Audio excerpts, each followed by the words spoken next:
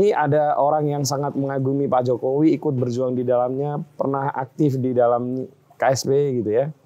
Seorang tokoh muda yang akar-akarnya juga banyak gitu ya.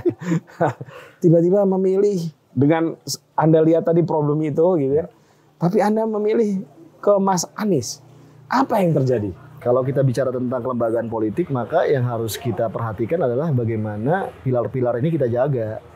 Termasuk adalah hukum, pilar hukum dalam berdemokrasi, dalam bernegara, dalam berbangsa. Karena kalau ini aja dilanggar, ini persoalan. Gitu. Jadi kalau dan kita memang nggak boleh kita sepele terhadap isu ini gitu. Di tengah memang apatisme anak-anak muda generasi hari ini terhadap praktik bernegara ya. Nah kemudian di era sekarang ketika ada kasus Gibran itu, menurut saya kita tidak menolak Gibrannya, tapi kita menolak caranya yang kemudian itu menerobos pilar-pilar hukum negara. Itu menurut saya itu tidak unacceptable. Oh itu satu hal. Lalu kemudian yang kedua adalah ketika ini persoalan kebebasan sipil, bagaimanapun ini penting. Pak Prabowo ini dengan secara hormat, ini orang hebat. Dia seorang menurut saya negarawan.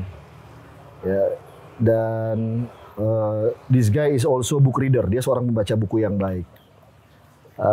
Tapi referensi beliau dalam pemerintah itu adalah backgroundnya adalah militer dan militerisme dengan segala hormat.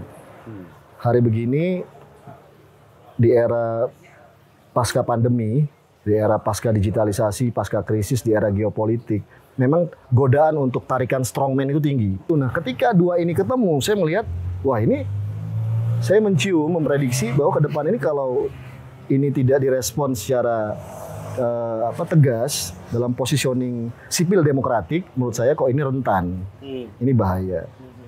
Gitu. Jadi kita tahu misalnya teman saya itu ketika beberapa hari setelah dideklarasikan tuh, atau sebelum atau setelah saya lupa, Prabowo Gibran, Haris Azhar dituntut 4 tahun penjara tuh. Jadi saya pikir wow, ini kayak peringatan sih sebenarnya bagi masyarakat sipil, di mana hari ini kita tetap harus mengupayakan bahwa yang namanya kebebasan sipil ini tetap harus kita jaga.